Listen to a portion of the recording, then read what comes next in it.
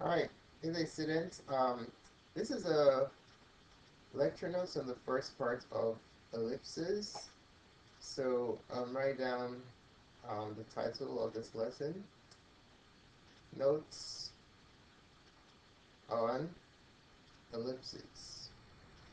Okay, we're going to do the first part today, and then we'll do the more advanced problems next class. Alright, so let's write down the learning objective for this part of the lesson. Learning objective. So basically, in this lesson, um, by completing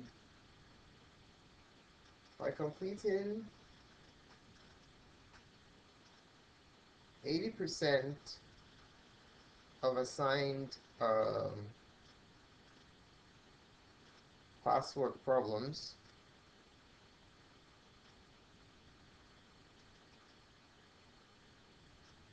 you will apply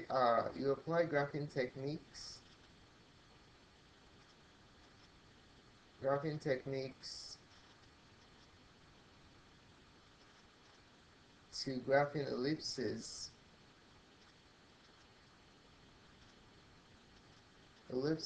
with 100% accuracy. With 100% accuracy. Okay, so that is the learning objective for today.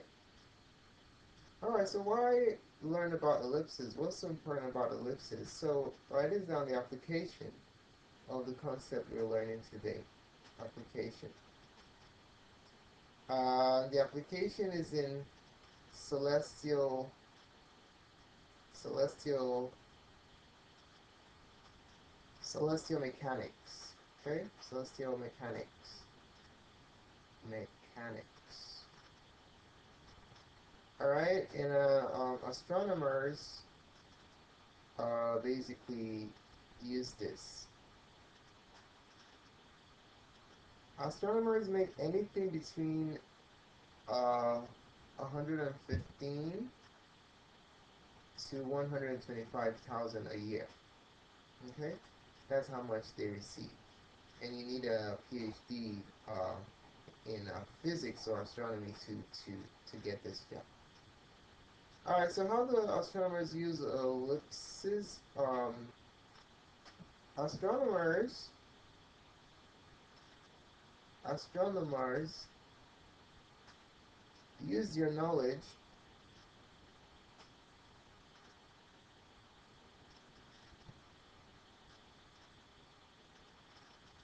of the geometry of the geometry of ellipses to study the orbital paths the orbital paths of celestial bodies. Right? So that's how astronomers use ellipses to study the path that celestial bodies take. Okay, let's take a look at uh, the components, the standard form of the equation of an ellipse. So a standard form, the standard form of the equation of an ellipse is given by uh, x minus h square over a square plus y minus k square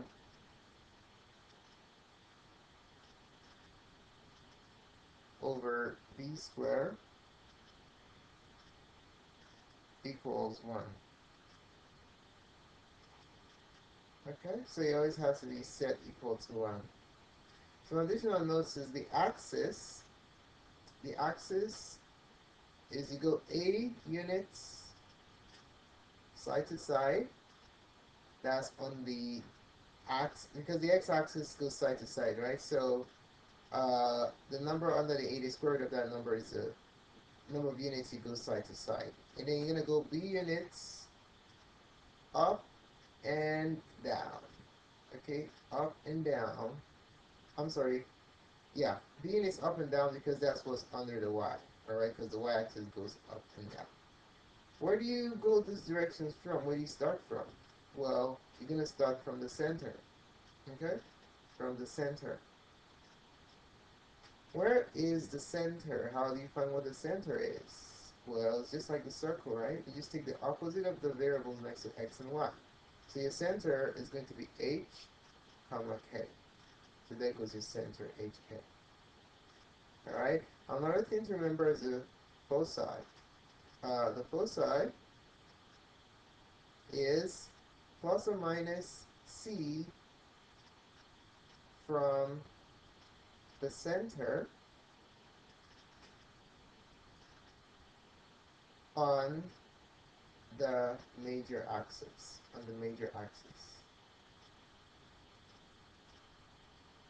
Where in this case, c, where a squared minus b squared is equal to c squared. Okay, whenever we have a plus here, to get your c, you have to do a minus here. Okay, so it's normally the opposite. So a squared minus b squared equals c squared. This is how you get the c of your foci. Alright, let's take a look at an example. Okay, write this down. Example 1. So in example 1, we're going to find the center of the ellipse. Find the center of the ellipse.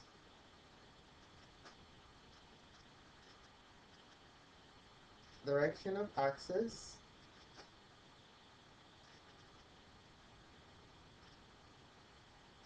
And C for the foci. C for the foci. Okay. Sketch the graph.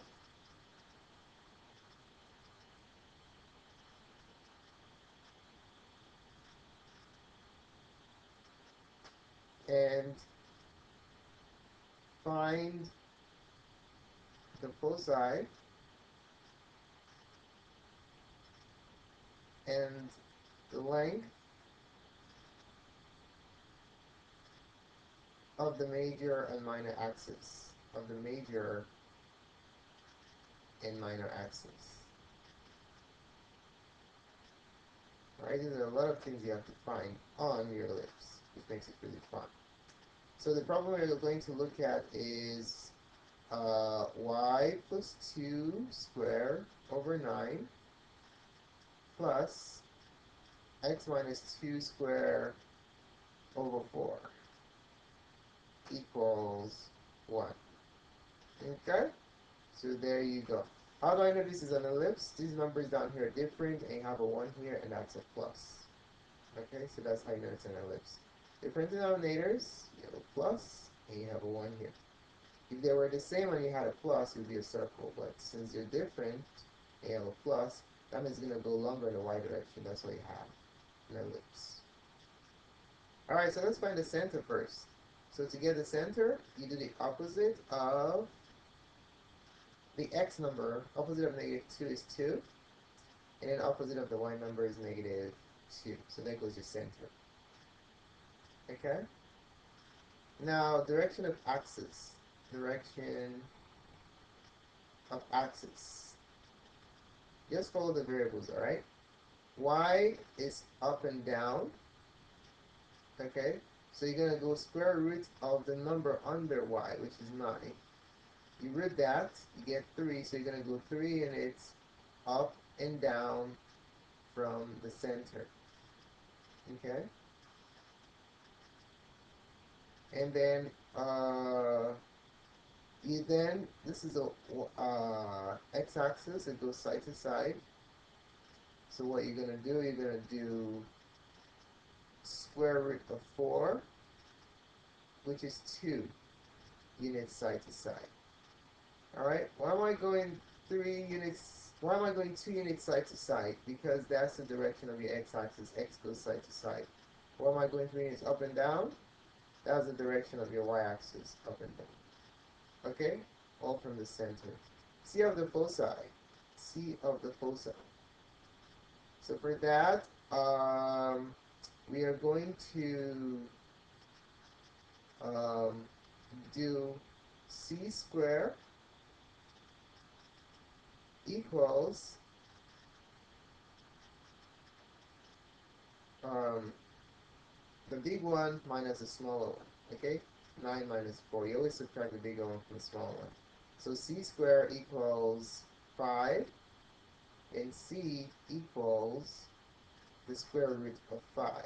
The square root of 5 is approximately 2.1. So, what direction does C go? Okay, what direction does C go?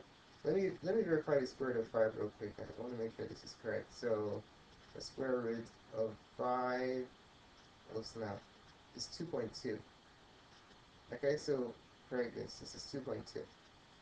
So, what is the direction of C? Guess what? Whichever one is bigger, that's the winner. 2 or 3, which is bigger? 3 is bigger, right? So since 3 is going up and down, the y is a winner here. So C follows the winner. So it's going to go 2.2 units up and down. Alright, let's draw our graph. The center is on 2, -2, so we're going to be in quadrant 4. And then we're going to try and make quadrant 4 the biggest one. So put your y-axis somewhere to the right and your x-axis somewhere high up.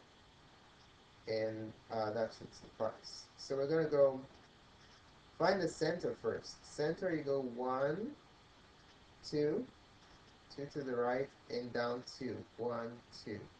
That goes your center. Alright, and then starting from your center, you're going to go 3 units up and down. That's indicated here. So 1, 2, 3 up. 1, 2, 3 down. And then you're going to go 2 units side to side as indicated here. 1, 2 to the right, and 1, 2 to the left. Connect the dots, that creates your ellipse. So your ellipse is going to look something like this. Boom. Boom. Boom. Boom. Alright, there's your ellipse. Now we need to graph the C of the foci. The C of the foci is going to be 2.2 units up and down. If I wanted to do it here, you notice it'll go out, right, which is inaccurate. So it has to be inside the ellipse. So you're going to go 1, 2, and then some, right there. Okay? 1, 2, and then you go up 1, 2, and then a little bit right there. Alright? I'm going to call this F1, which is focus 1, and then F2, which is focus 2. Alright? Now your major axis is the longer one, going up and down, like this. That's your major axis. Call that your major axis. Major axis, because it's bigger. And then, side to side across, this is your minor axis. Okay, this is your minor axis. Minor axis. Okay, so how long is your major axis? Your major axis is going to be 3 up and down, 6 units. And then your minor axis is 2 side to side, which is just 2 units. Okay? So that's basically how you graph and label your elliptical equations. Okay? So let's try another example. You're going to try this one out on your own for 3 minutes, and then I'll go over it with you all. Okay? So, example 2. We're going to do the same business, but in this case, we're going to look at the following example.